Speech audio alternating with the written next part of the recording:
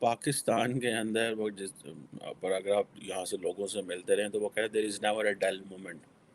कोई dull moment नहीं है।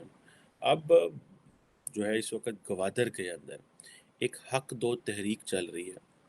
अब ग्वादर की वैल्यू इसलिए ज़्यादा है क्योंकि चाइनीज़ ने वहाँ पे बड़ा पैसा लगाया है, डीप सी पोर्ट है वहाँ पे और लोग वहाँ पे जो हैं वो जिसे आप कह लेना कि जब चाइना पाकिस्तान इकनॉमिक कॉरिडोर आया तो बड़े खुश थे, पता नहीं क्या होगा, कौन-सी तरक्कियाँ हो जाएँगी। दाएँ बाजू के मज़हबी रहनुमा जो हैं उन्होंने एक तहरीक शुरू कर दी और उनका जो उनकी जो तहरीक शुरू करना है, बेसिकली तो वो जमात-ए इस्लामी के लीडर हैं, उनका नाम है हिदायतुर रहमान और उन्होंने ख़वातीन को, बच्चों को, लोकल्स बलोच को जो है वो बाहर निकाल लिया और कहा देखो जनाब ये हमारे साथ क्या कर रहे हैं। उधर साथ ही मुल्क के अंदर जो दहशतगर्दी है वो बढ़ रही है। बहुत ही लंबे समय तक अपना वहाँ पर इन्वेस्टमेंट करना, वहाँ पर पूरा इंफ्रास्ट्रक्चर बनाना, बलूचिस्तान में थोड़ी सी भी आपको डेवलपमेंट नज़र आएगी तो वो चाइनीज़ लोगों की ही करी हुई हैं। जितनी भी आपको ऊंची इमारतें, बड़े बड़े होटल बलूचिस्तान भर में नज़र आएंगे वो चाइना के ही करे हुए हैं। वो बात अलग है, चाइना ने सिर्फ अपने स्वार्थ के लिए किया है, वहाँ की पब्लिक के लिए कतई खोला नहीं है। जैसा कोई भारत में होता था कि अंग्रेज ऐसे करते थे कि इंडियंस नॉट अलाउड, वैसे ही वहाँ पर है, पाकिस्तानियों के लिए खास तौर पर बलूचों को घुसने की इजाज़त नहीं है। अब पिछले 50 से लगभग अब 60 दिन होने वाले हैं, 57-58 दिन होने वाले, तब से वहाँ पर भारी प्रोटेस्ट चल रहा है, भारी प्रोटेस्ट चल रहा है। बड़ी भीड़ ने रोक रखा है, पूरी रसद काट रखी है, जिसकी वजह से चाइनीज़ जो है वो ग्वादर को छोड़ छोड़ के भाग रहे हैं। सर बेसिकली बात यह है कि पाकिस्तान के पास इस वक्त डॉलर्स नहीं है। हमारे बंदरगाहों पर 1 सेकेंड, हमारे बंदरगाहों पर जहाज़ खड़े हैं और हमारे पास डॉलर्स नहीं है। जैसे कि टोयोटा ने इस चीज़ से तंग आकर प्रोडक्शन बंद कर दी पाकिस्तान में। अभी 30 दिसंबर से बायकॉट हो गया है पूरा पाकिस्तान का।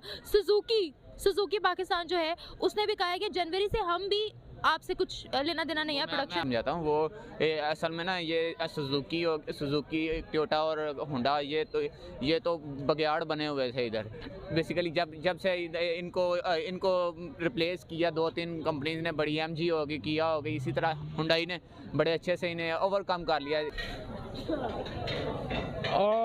फिर वही बात है कि अगर आप वो $7 मिलियन की बात कर रही हैं जो हमारे रिजर्व बिलियंस, 7 बिलियंस, तो रिजर्व्स में है। अब देखना ये है कि वो क्यों इस तरह से हुआ है ना। आप चेकआउट करें वहाँ पे अफगानिस्तान में, जहाँ पे आपके डॉलर्स जो हैं वो स्मगल हो रहे हैं। हाँ जी, 226। तो उसको अगर आप देखते हैं और जो वहाँ पे जा रहा है जिस तरह से, क्योंकि अभी अफ़गानिस्तान ने रिसेंटली एक पाबंदी लगाई है अपने लोगों के ऊपर ना, कि वो पाकिस्तानी जो रुपया है वो कोई 5 लाख से ज़्यादा नहीं रख सकते। अच्छा, अब उसकी वजह से ये हुआ है कि पाकिस्तान और अफ़गानिस्तान का जो बिज़नेस है। अब मैं आपको समझाता हूँ वो असल में ना ये सुजुकी टोयोटा और होंडा ये तो बगियाड़ बने हुए थे इधर।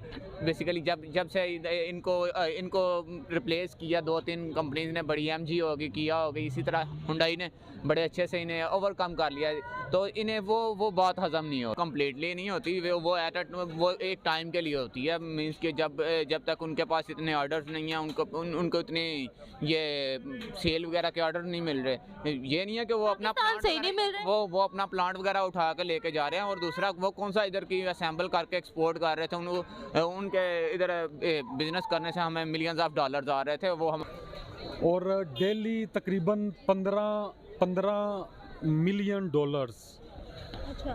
वो आपके अफ़गानिस्तान में लीक हो रहे हैं। यानी कि वो जो आपकी मार्केट है और आपका जो बैंक का रेट है जो अभी चल रहा है 225 या 230 के करीब है इसके जनाब। 226। और वो अपने जो चाइनीज़ वो जो अपने प्रोजेक्ट तक भी नहीं पहुंच सके। सो ज़ाहिर बात है they are the locals and they understand कि क्या चल रहा है। अब जिसे आप कह लें कि अब इनके ऊपर जो है वो पर्चे वगैरह दर्ज हो गए हैं तहरीक के ऊपर।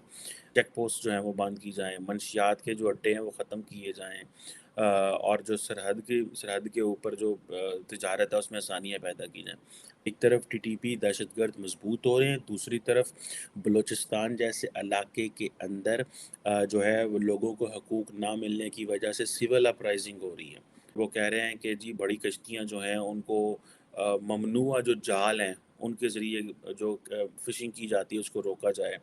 ये जो चीज़ें हैं, this is what we have to be very careful कि पाकिस्तानी जो सरकार है उसको लोगों को एतमाद में लेना होगा कि इसमें ये ना कि इसको इसमें सियासी इशू ना बना लें। कुछ ना कुछ ऐसा ज़रूर हो रहा है बलूचिस्तान के गवादर के अंदर, जिससे आप ये कह सकते हैं कि आहिस्ता-आहिस्ता एक तो ये तहरीक भी ज़ोर पकड़ती जा रही है। This is a civil uprising against the state कि जी आपने गवादर के साथ क्या किया है। अलकायदा के जो चीफ थे अयमन अल-ज़वाहिरी, उनको जो यूएस ड्रोन स्ट्राइक में जो काबुल में मारा गया था जुलाई में, तालिबान का कहना है ये पाकिस्तान ने मरवाया, और बहुत सारे लोगों का ये कहना है कि ये पाकिस्तान इसलिए मरवाया ताकि पाकिस्तान अमेरिका के साथ अपना कॉन्फिडेंस बिल्डिंग चाहता है। जो बलोचों के सेपरेटिस्ट ग्रुप हैं वो दो प्रोमिनेंट हैं, बलोच नेशनलिस्ट आर्मी है, वो ज़्यादातर जिसे कहते हैं ना मुख्तलिफ जगहों पे अटैक करते हैं, मोटरसाइकिल बॉम्ब ये वो लगाते हैं, और एक बलोच लिबरेशन आर्मी है जिसे मजीद ब्रिगेड सुइसाइड भी कहते हैं, जिन्होंने कराची के अंदर कन्फ्यूशियस सेंटर के ऊपर भी हमला किया था। गवादर की तहरीक है, दूर दराज है, मीडिया उस तरह नहीं पहुँचता तो उसको दबाया जा सकता है। कल पता चला था बड़ा वायलेंस हुआ वहाँ पे।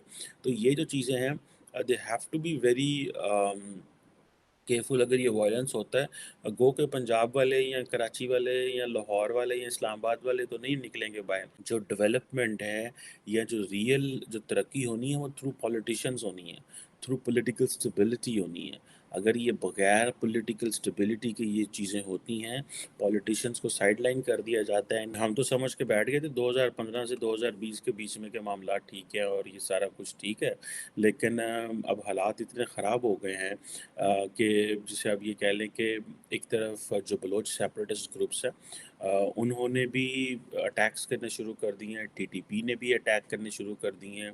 जो पोर्ट रोड है जो ग्वादर बंदरगाह को जो है वो ग्वादर शहर से मिलाता है उसको भी बंद जो है वो ऑलमोस्ट कर दिया गया है। सो ये लगता ये है कि जैसे ये जो सिविल अपराइजिंग है, हक दो जो तहरीक है, ये बड़ी जानदार है और इसके अंदर जो लोग हैं they are just asking for the rights of ownership of जैसे आप कह लेना बलूच इन गवादर।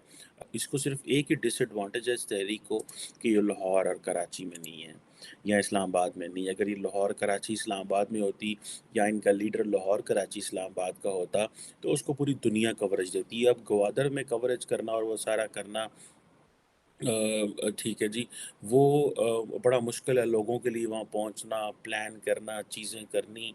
सुनने में ये आ रहा है कि पाकिस्तान के अंदर कोई 2.5 साल के लिए कोई टेक्नोक्रेटिक सेटअप जो है वो आ रहा है जो कि इंतहाई भोंडा आइडिया होगा। बलूचिस्तान में वैसे भी रोज़गार के अवसर ना के बराबर हैं। बलूचिस्तान में लोगों का यदि किसी तरीके से घर चलता है, वहाँ पर पहली बात तो कोई खेती लायक ज़मीन भी नहीं है। 80% बलूचिस्तान ऐसा है जहाँ पर खेती हो ही नहीं सकती।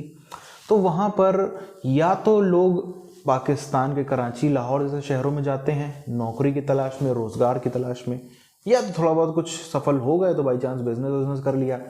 जैसे आसिफ अली जरदारी जो सिंध का एक तरीके से मालिक है पिछले 15 सालों से। अब इसमें कई बार मैंने ये बात बोली भी है, तो लोग कहते हैं नहीं वो तो सिंधी है। नहीं, आप फैक्ट जाके चेक कर सकते हैं गूगल पर, विकीपीडिया पर, कई आपको फैक्ट ऐसे नज़र आ जाएंगे।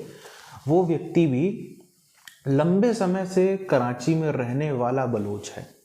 वो व्यक्ति लंबे समय से कराची में रहने वाला बलोच है, मतलब उनके जो पुरखे थे वो बलूचिस्तान से ही थे। इसी तरह से बलोच काफ़ी बलोच हैं ऐसे दुनिया भर में जो काफ़ी सक्सेसफुल हुए, जो दुनिया भर में जाकर काफ़ी सफल हुए। सिर्फ पाकिस्तान की सीमाओं तक ही नहीं, कई जगहों पे सफल हुए। कुछ उसमें से ऐसे निकल गए, बल्कि कुछ क्या जितने सफल हुए उसमें ज़्यादातर ऐसे ही निकल गए जिन्होंने अपना ईमान बेच दिया पाकिस्तानी फ़ौज को। बलूचिस्तान की लड़ाई के लिए कुछ भी नहीं उन्होंने किया। इसी तरह से हम देखें जो बलूचिस्तान में जो मेजॉरिटी आबादी, तो बहुत ही सबसे गरीब राज्य है पूरे के पूरे पाकिस्तान का बलूचिस्तान। सबसे ज़्यादा फैली हुई आबादी कहीं पे है, मतलब कि बिल्कुल घनी आबादी आपको सिर्फ क्वेटा में मिलेगी। उसके अलावा बहुत वहाँ पर जो पर 1 किलोमीटर स्क्वायर में जितनी पॉपुलेशन होती है वो पूरे पाकिस्तान में सबसे कम है। बल्कि हम सब कॉन्टिनेंट में देखेंगे तो लद्दाख और ये इस टाइप की जगहें जो है वो कंपटीशन करती है। जैसे लद्दाख में दूर दूर आबादी, वैसे बलूचिस्तान में बहुत दूर दूर आबादी है। तो वहाँ पे आबादी के पास में रोज़गार के कुछ ही, जो खास तौर पर जो समुद्र तट से लगने वाला जो लोअर बलूचिस्तान है, दक्षिण बलूचिस्तान है, उन लोगों का रोज़गार चलता है मछली पकड़ने से।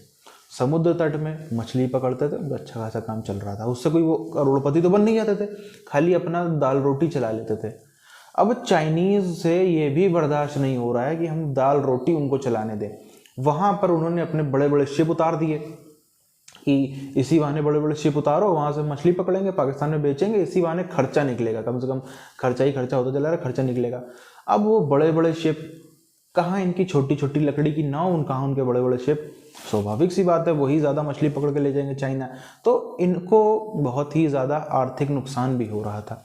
रोटी भी किसी से आप छीन लो तो फिर उसका तो कुछ बचेगा नहीं, उसके बाद कोई वजह नहीं बचेगी कि वो अपने घरों में बैठा रहे, फिर वो सड़कों पर निकलती ही है कौम। वही हमको यहाँ पर होता हुआ नज़र आ रहा है, पिछले 50 दिनों से घेर रखा है।